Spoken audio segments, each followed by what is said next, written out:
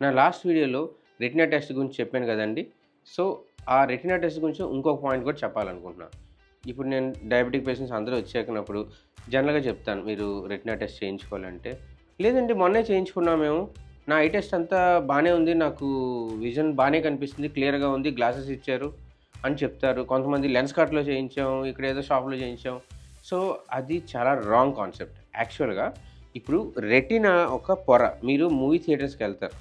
Movie థియేటర్‌లో screen మీద మనకి ఇమేజ్ పడుతుంది గదండీ! ఫర్ ఎగ్జాంపుల్ ఆ స్క్రీన్ పాడైంది, ఆ స్క్రీన్ మీద స్క్రాచ్ పడిందంటే మనకు కనిపిస్తుంది గదండీ!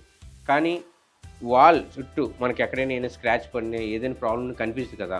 అలాగే రెటినాలో గూడా సెంటర్‌కొక ఈ పాయింట్ చూసారా?